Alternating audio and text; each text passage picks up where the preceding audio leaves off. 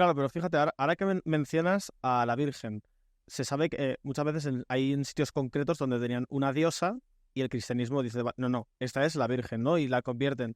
Pero claro, en el cristianismo, concretamente alrededor de la figura de Jesús, hay muchos otros personajes que todos colocamos en el Belén en Navidad, como por ejemplo los Reyes Magos, pues eso, Jesús, María, José. La veracidad de estos personajes, por ejemplo, los Reyes Magos, ¿se sabe algo de ellos? No, nada.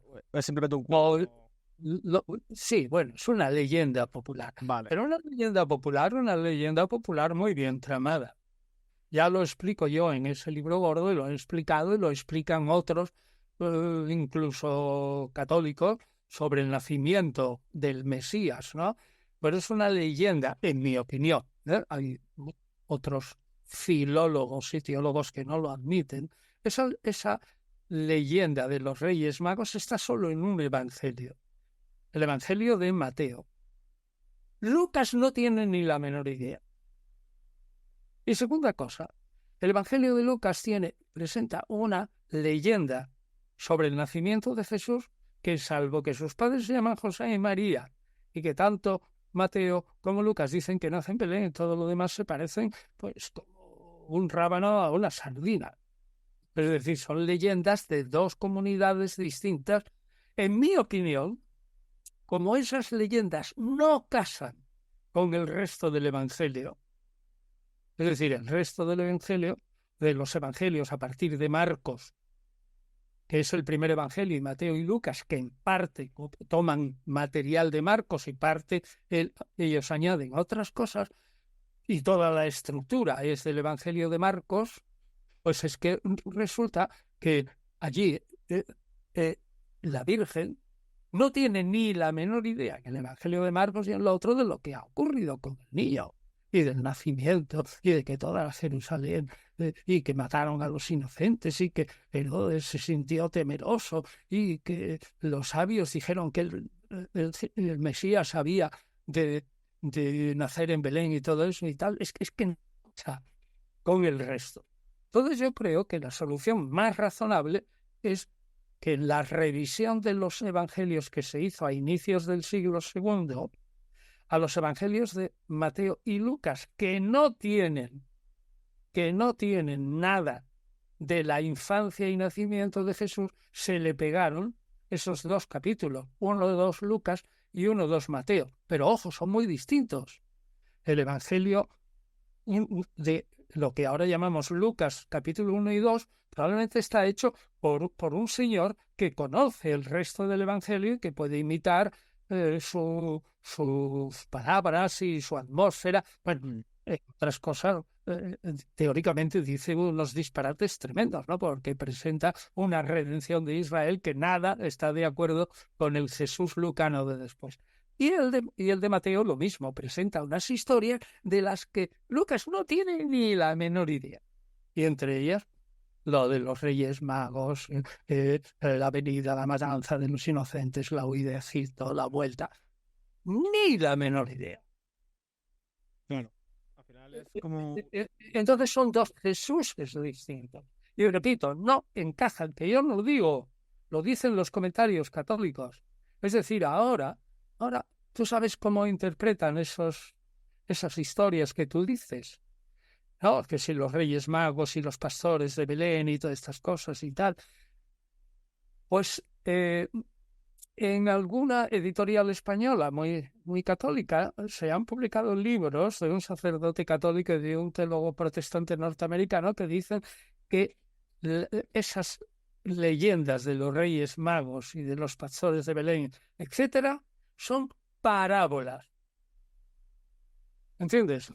Historietas religiosas basadas en textos del Antiguo Testamento y dice el libro, bueno, si usted ve la parábola de que va con la oveja perdida, la parábola del capítulo, vamos a ver, bueno, no lo voy a decir, no sea que me equivoque y tal, porque yo siempre cito de memoria y entonces a veces puedo equivocarme. Pero bueno, está junto a la parábola de la oveja perdida, ¿vale? Y resulta que una mujer tiene una dracma, una moneda que vale para el alimento de un día, y la pierde, y entonces tiene que barrer la casa y coge y la encuentra y le dice a las amigas: fantástico, he encontrado la moneda que había perdido y ya podemos comer este día y todo esto y tal. ¿Alguien pregunta si eso es real o es una historia? A nadie se le ocurre. Claro. A nadie se le ocurre. Claro que tiene una parte real, que una mujer pierda algo precioso y que barra la casa y lo encuentre. Pero a alguien se le ocurre que eso ocurrió en realidad. Dice, pues, Mateo y Lucas, capítulos 1, 2, ¿no? Son parábolas. A nadie se le ocurre preguntar si es verdad. Lo que contienen son parábolas con un mensaje religioso. ¿Y tú te lo crees o no? Mm. Ahora, si dices, hombre, la filología y la historia apunta más bien a que esos son añadidos posteriores. Claro. El encaje con el Evangelio de Lucas es más complicado, y por eso yo digo que ahí lo hizo un discípulo del evangelista. Pero el encaje de Mateo 1:2, con Mateo 3 en adelante, es rudo, absolutamente rudo. Claro. O sea, que lo hace cualquiera. Una De Lucas, vez más magnificar, ¿no?, su figura para que tenga también un origen épico.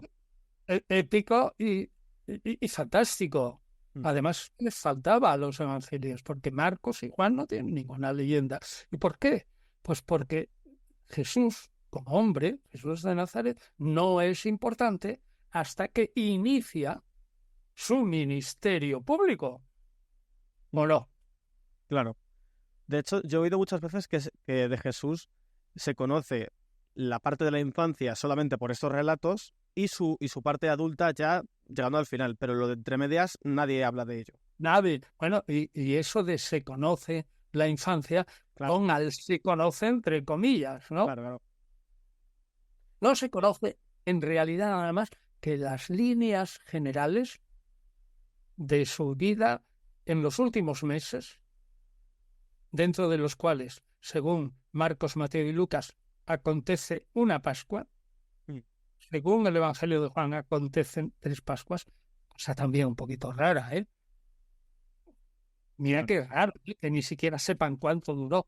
Pues es una prueba clarísima de que los evangelios son súper tardíos en muchas cosas, que no tienen ni idea de cómo fue, y se han muerto todos los que pueden decirlo. Hasta ni siquiera se ponen de acuerdo en la infancia de Jesús, ni siquiera se ponen de acuerdo en cuánto duró Claro.